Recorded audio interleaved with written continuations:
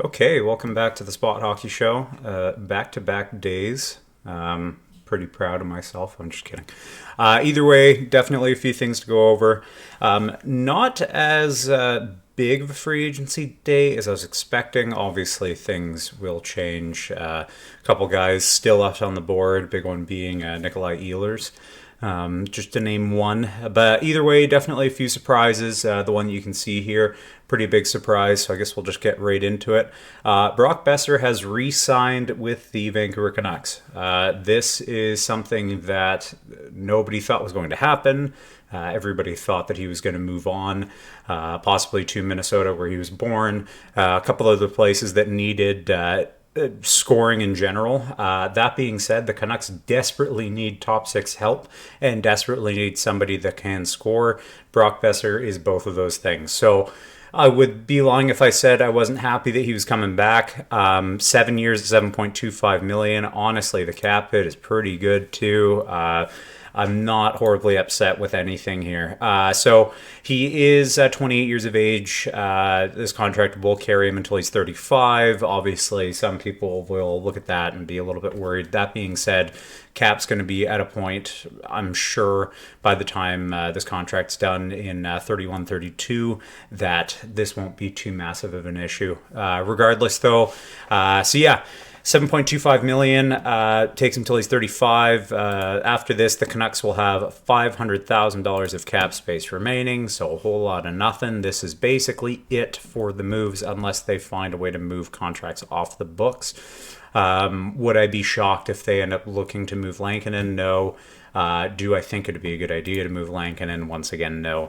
There's some reports that say that it's more likely that Shilovs will end up getting moved, which I'm not a massive fan of. I don't like moving young goalies, especially from teams that could possibly miss the playoffs, and also have a starting goalie currently in Thatcher Demko, which we'll get to later. That is definitely injury prone.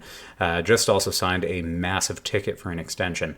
Either way, though, a few signing bonuses, but the cap hit's going to be 7.25. Last year, he ended the season 75 games played, 25 goals, 25 assists for 50 points. Not too bad. For a $7.75 million player, you probably are looking for a little bit more production, and I'm sure he'll get back to that point as well, get back to a higher number.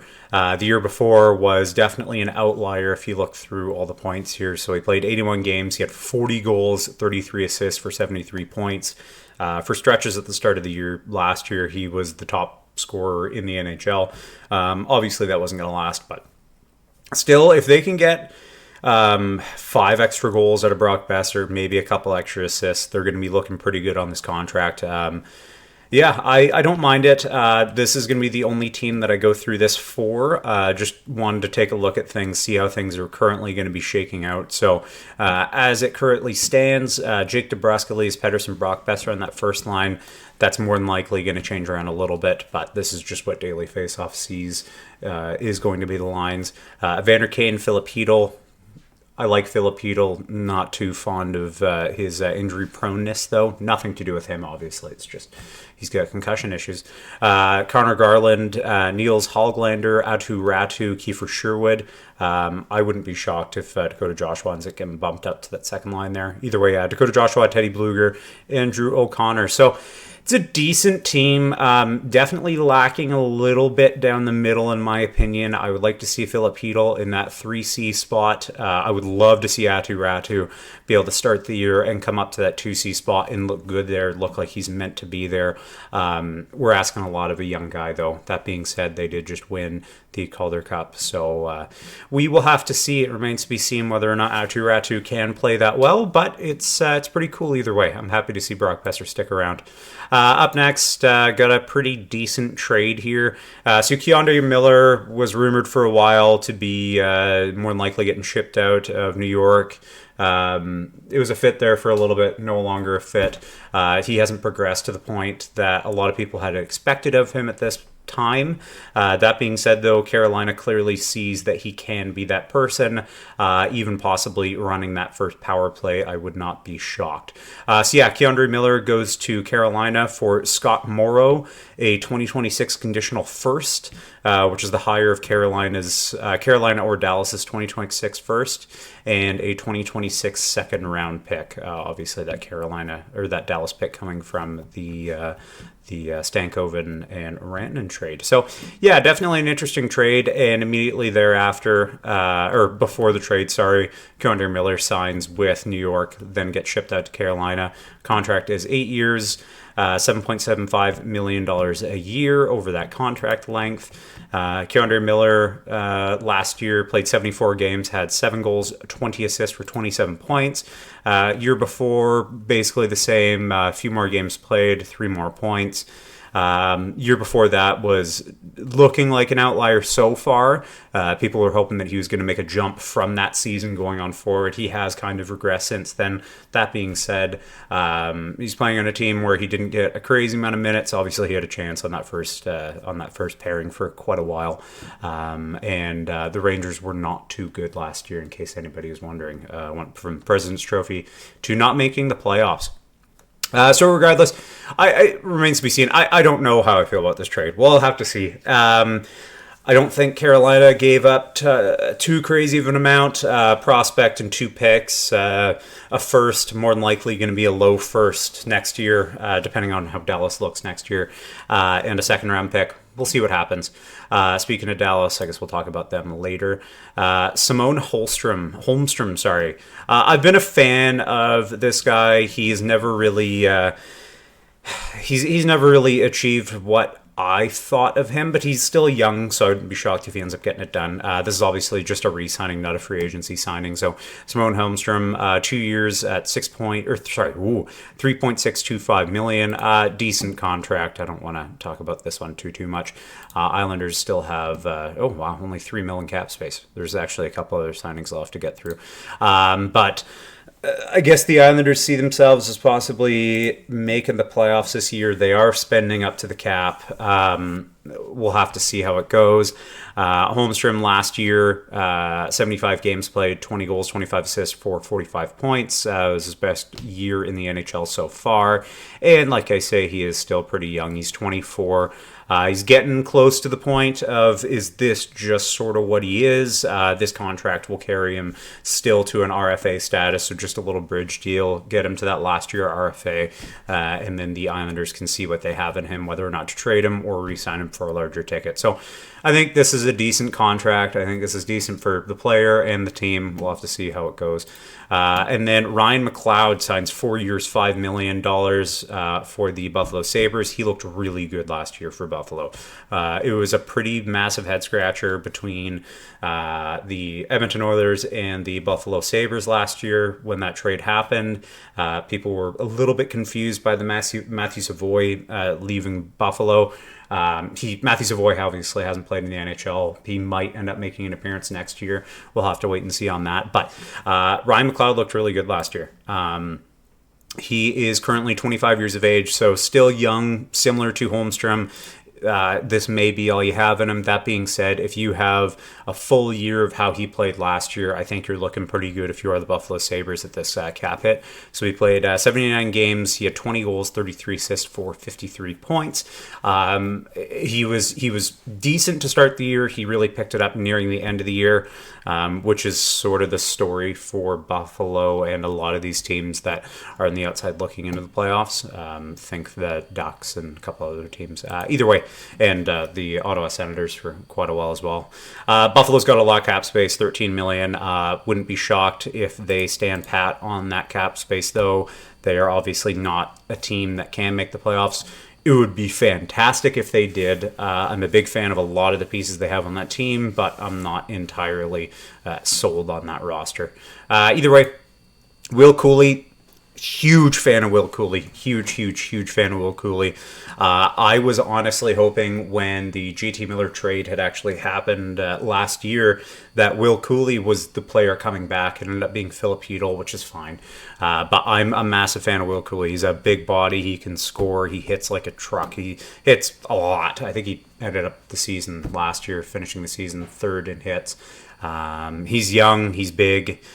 He's got scoring upside. He can play hard in the lineup. He can bounce around the lineup and do well in every role that he's given. He's good defensively. He's young.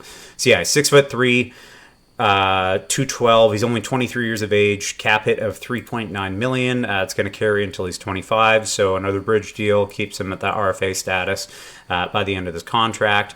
And yeah, I'm a pretty big fan. Last year, career year, honestly, close to a breakout year as you can get. For somebody like him, 82 games played, 20 goals, 25 assists for 45 points. And yeah, I'm a big fan of Will Coolie. I was really hoping that he would go to the Flames, or sorry, the Canucks. I wouldn't mind him for the Flames either, but the Canucks, I was really thinking that was going to happen. It did not. And then Alex Nadelkovich goes to the Sharks for a third, which is a decent amount of money, honestly. It's a pretty decent amount of money, decent amount of money, a decent amount of capital going the other way. And as this comment said, what are we doing with Askarov? Are we keeping him in the AHL again? Because the whole reason why he came over to the Sharks in the first place was to avoid the AHL.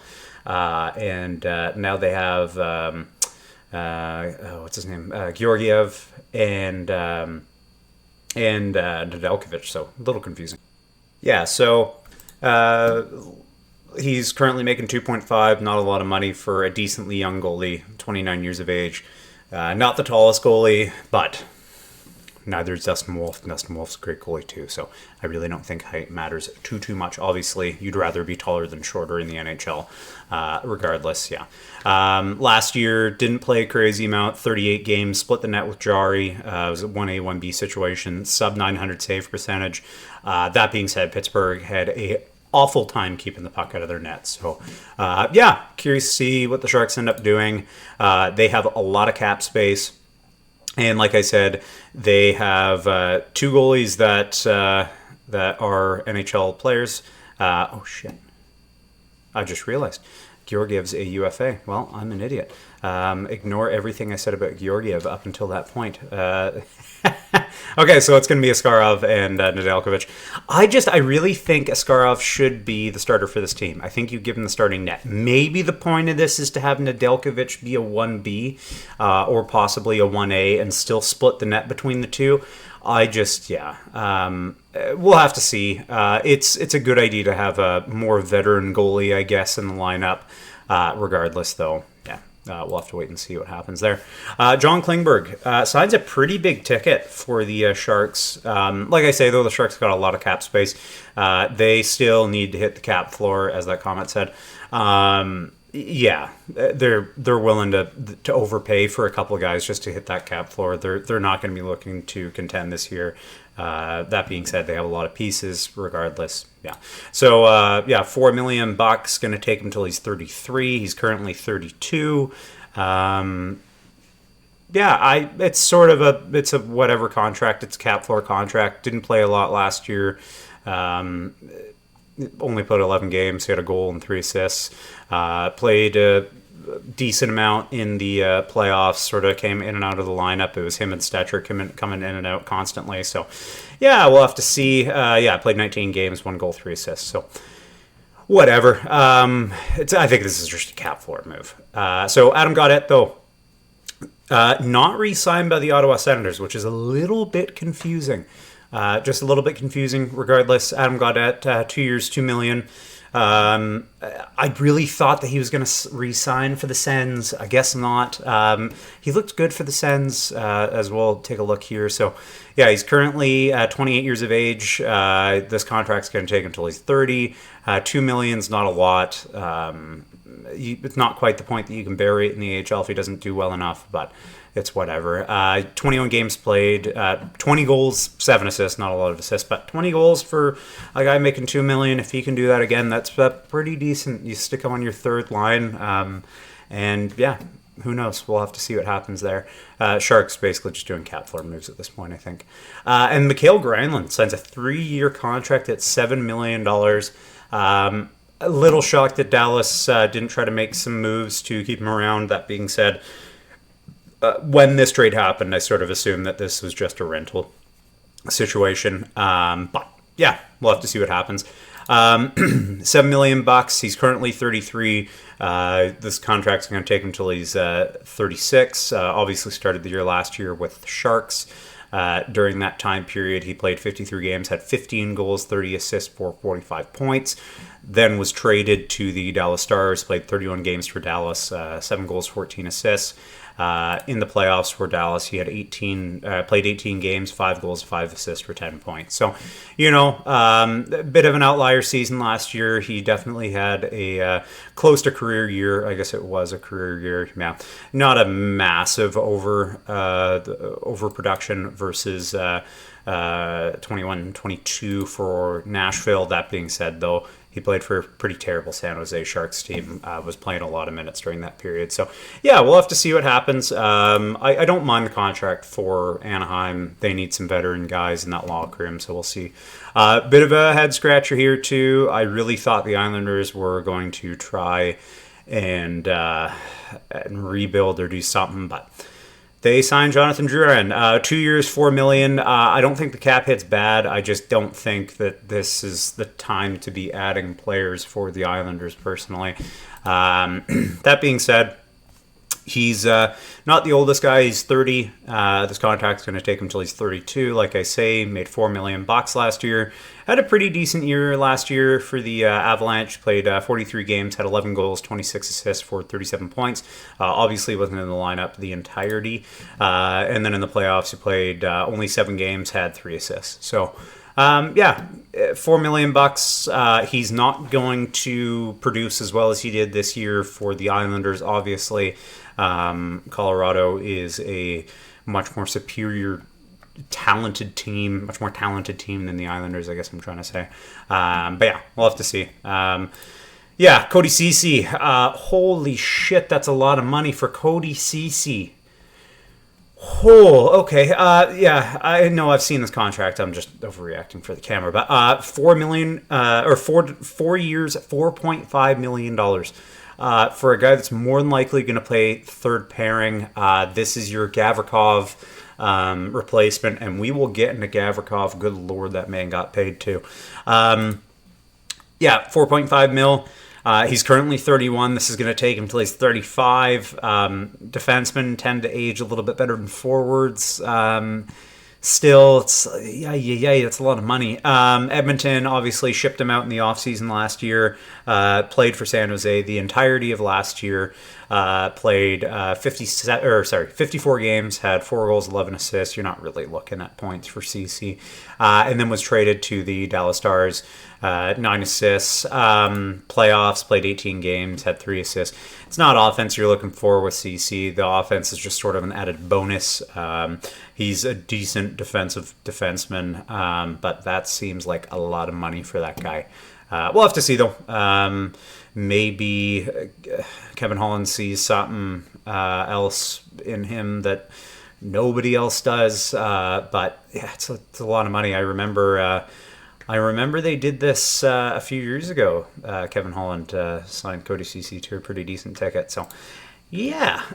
Either way, big shock here. Going to the dark side or the light side, depending on how you look at this.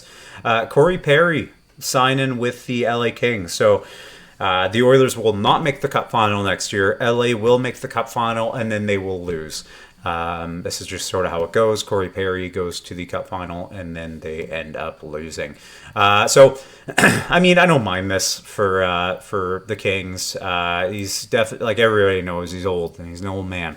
He's 40 years old. His contract's going to take him until he's 41. $2 million, $2 million performance bonuses. I believe the bonuses are games played based, and Yeah, we don't know yet what they actually are, but I'm assuming they're games played or playoff games or whatever. Either way, last year for Edmonton, played 81 games, 19 goals, 11 assists for 30 points. In the playoffs, he actually put in work. 22 games played, 10 goals, 4 assists for 14 points. Obviously, they went to the Cup final and promptly lost in the Cup final because that is what Cory Perry does.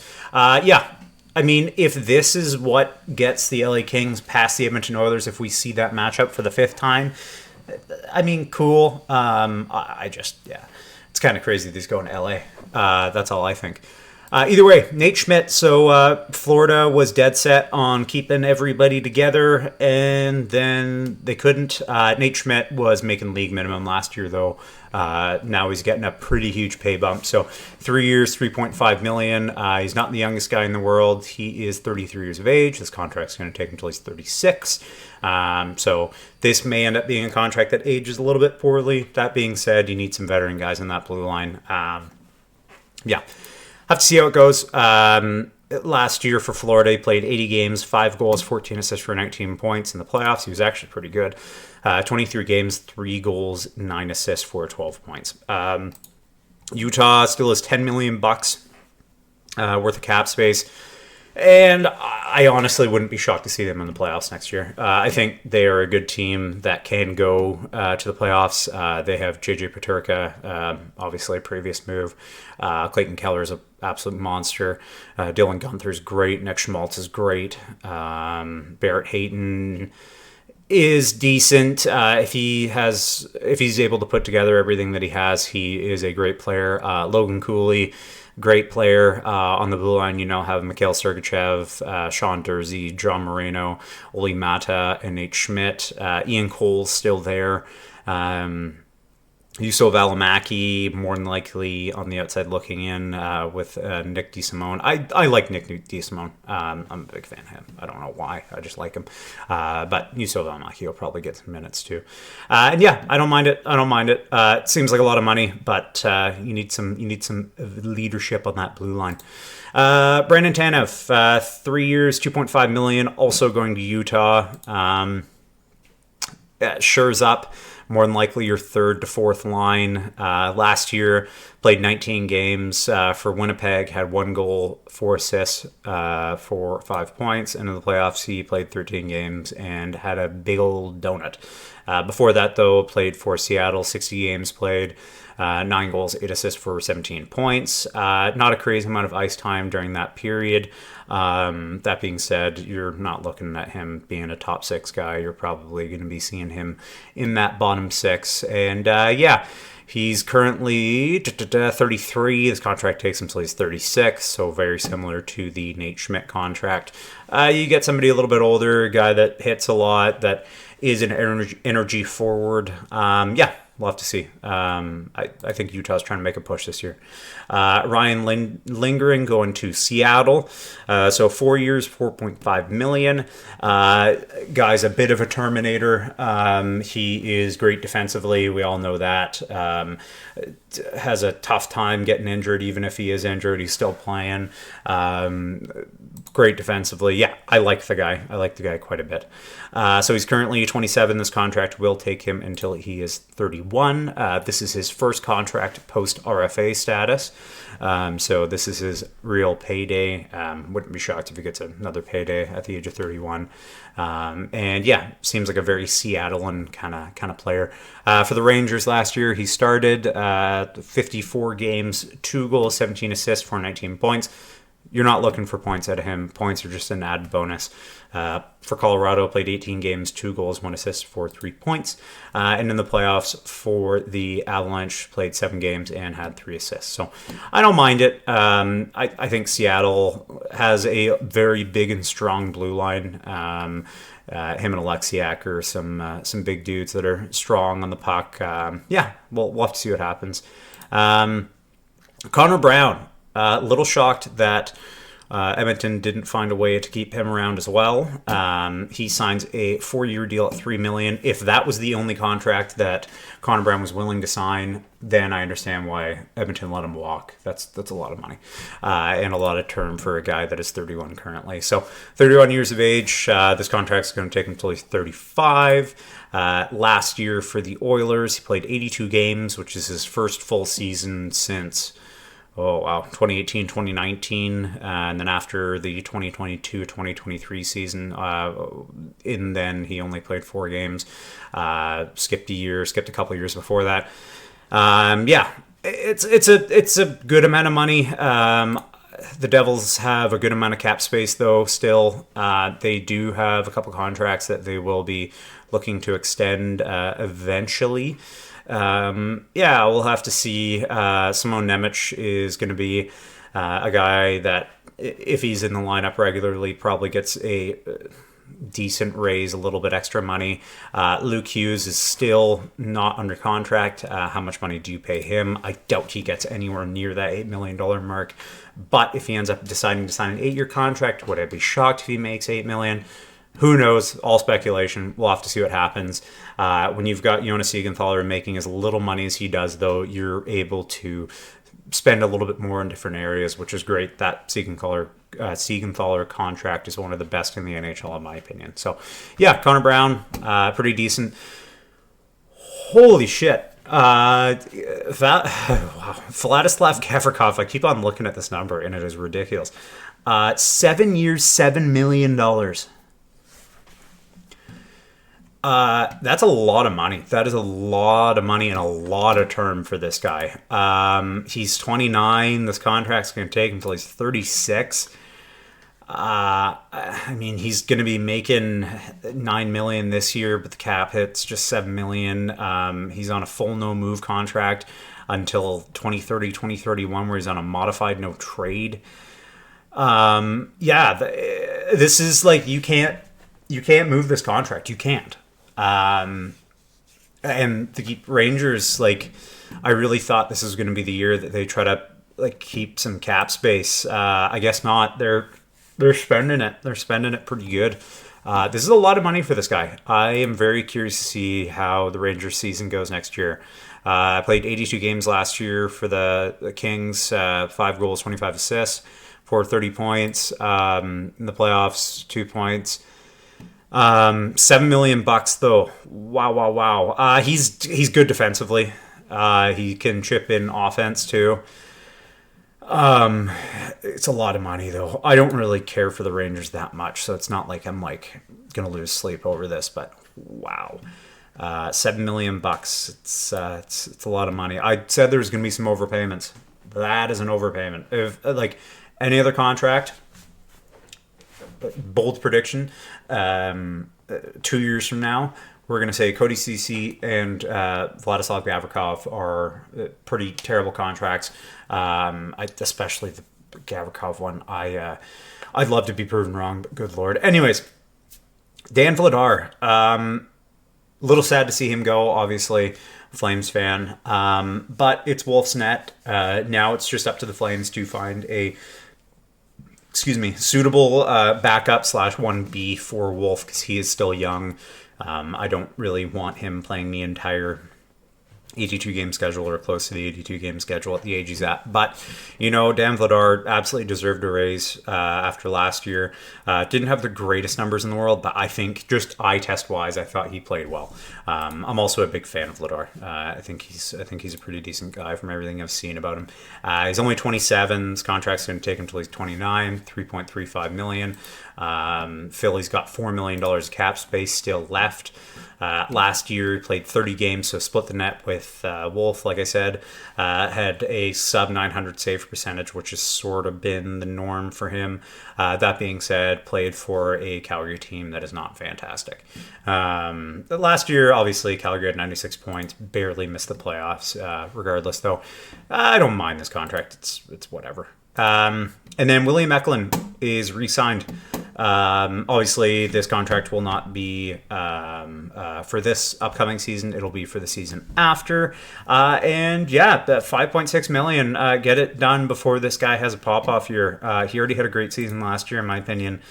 And yeah, this is pretty sweet. So he's 22 now. Once his contract is through, it is going to be taking him until he is 26. So he'll still be a RFA at that point, but you know he's going to be making a good amount of money, I'm sure, by that point. Yeah, I don't mind it. Last year, played 77 games, had 17 goals, 41 assists, 458 points. Pretty big year. And wouldn't be shocked if that number goes up by another 20 this season. The Sharks still have $34 million in cap space, obviously. Oh, yeah, I talked about that earlier, regardless. Dvorak. 1-year contract, but $5.4 million, really? I mean, he's good at the face-off dot, and he's like good defensively, but he's like a 3C. He's like a 3C, 3C, 4C, probably a 3C on like an okay team, a 4C on like a contending team. I don't know if Philly sees him as a 2C for this season. Obviously, they lost Morgan Frost last year in that trade to Calgary, and I don't think you want Sean Couturier playing too many minutes at this point. But regardless, yeah, it's a lot of money. He's currently 29. His contract takes him until he's 30. It's a 1-year deal, so it's pretty low risk, in my opinion. It's not like you can't move off of it if you really need to. Played 82 games last year for the Montreal Canadiens. Had 12 goals, 21 assists for 33 points in the playoffs. Played 5 games and had 2 goals. So yeah, sort of whatever. This one's kind of fun. Zach Bolduc is traded to the Montreal Canadiens. Zach Bolduc is I believe he's from Quebec City, isn't he? And then Logan, I listened to his name being said earlier, and I said I was going to remember how to say it. Malloy, whatever. That guy. Zach Bolduc, 22 years of age. He will be a restricted free agent at the end of next season. Last year for the Blues, played 72 games, had 19 goals, 17 assists, 36 points. I like Zach Bolduc. I think he's a good player. And then on the other side of things, I forgot to look up. Let's just look him up real quick.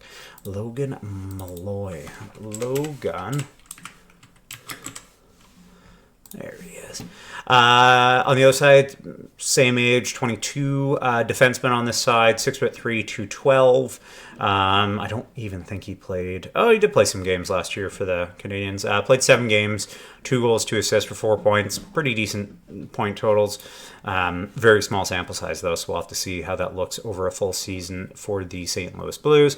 And same sort of story for Bolduc. He will be a restricted free agent at the end of next season. So this is a little bit of like Montreal Canadiens have a need on the forward side, and the Blues, which I don't really think they have a need, but they're looking to add defensive prospects.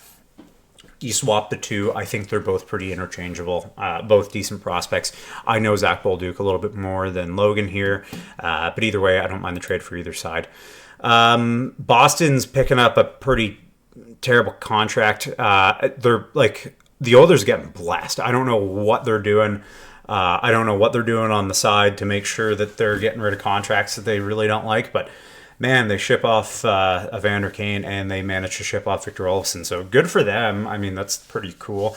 You get rid of Ken Holland, and all of a sudden you're able to ship off contracts you don't like. I don't know. So, yeah. The Bruins pay for this contract. Maybe Victor Olofsson has a bounce back year. No clue. That being said, yeah, pretty crazy. I just got rid of it. That's why. Okay, I'll just look up Victor Olofsson. It's a little bit of a head scratcher for.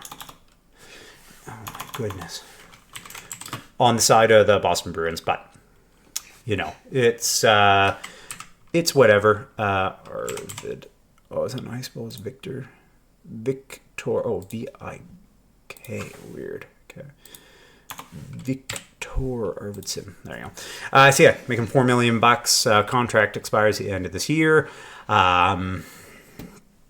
Yeah, I don't know. Boston's kind of getting. I don't know. Edmonton's getting blessed, and Boston's hoping to find something out of this guy that Edmonton wasn't able to see this year. Played 67 games, had 15 goals and 12 assists for 27 points.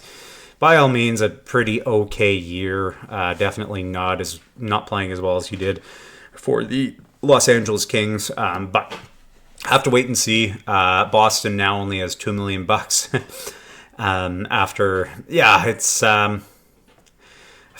I don't know. It's Boston's not going to be very good, I don't think, this year.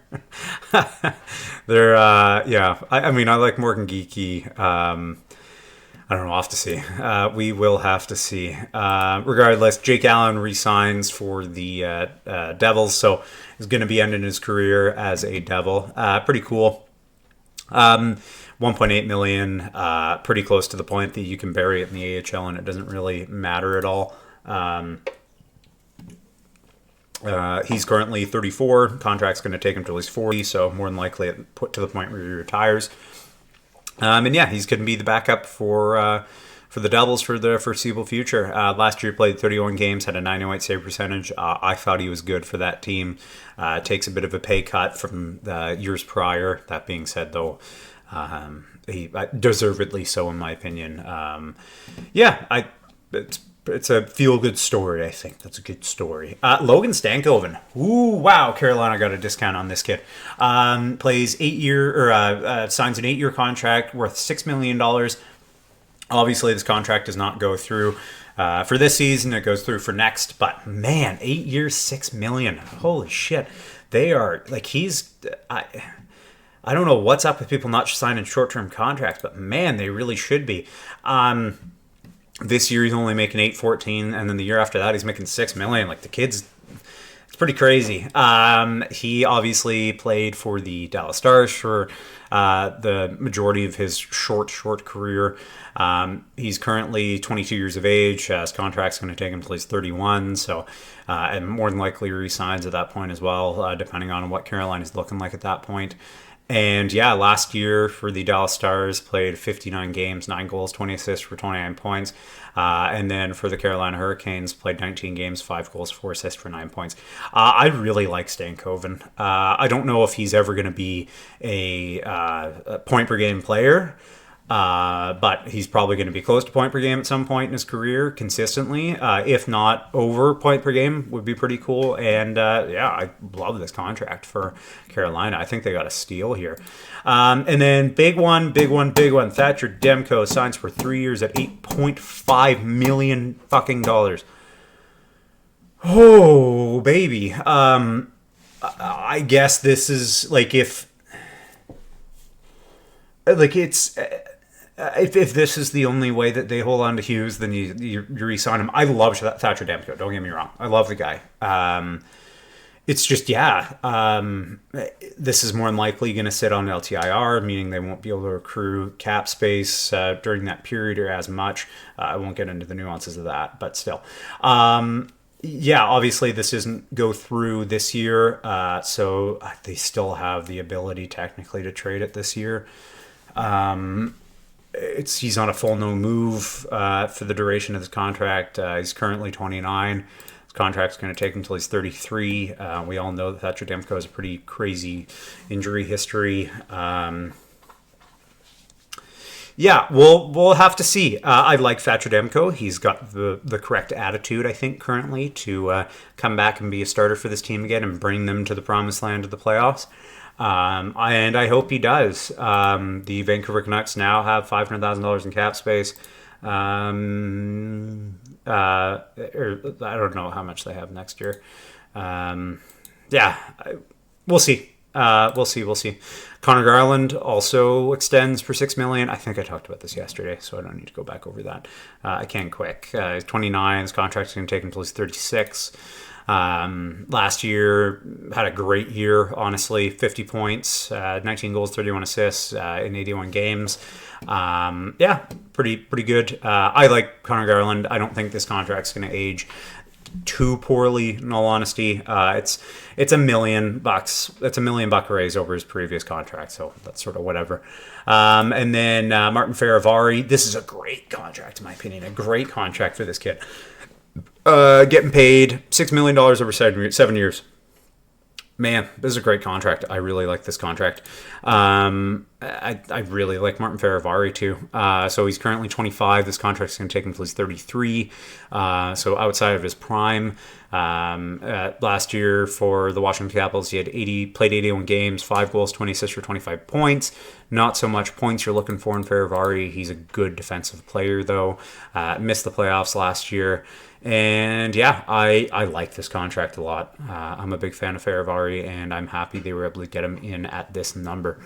And then last but not least, Patrick Kane resigns for the Detroit Red Wings. $4 million plus, so he could make an extra $4 million on performance bonuses. No idea what those performance bonuses are, which is great. Regardless, though, he is obviously 36. This contract will take him until he's 37.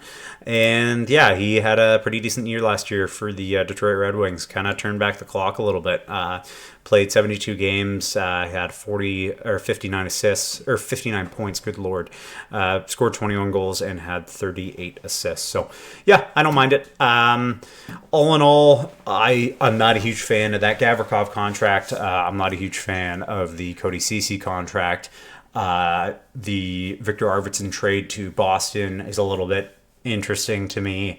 The re-signing of Thatcher Demko for $8.5 million is a lot of money. He obviously has the track record in previous years to justify that amount of money. But last year with his injury-prone season, I don't know. We'll have to see. Yeah, I guess this means Artur Shilovs is more than likely getting shipped out. I don't think you trust having Shilovs as your backup and moving out Kevin Lankinen. And if you end up just burying Shilovs in the AHL again and not getting anything for him, I think that ends up being a massive mistake. That being said, I wouldn't mind it too. We'll see. I don't know. If there's anything else tomorrow, I will try to make a video. I do work. This has been a very extended weekend for me, so I've been able to actually make videos consistently. That being said, though, I need to get back at actually making videos consistently. So if you liked it, like it. If you really liked it, I'm not going to steal Steve Dangle's thing, but tell all your friends, all that stuff. And yeah, take care.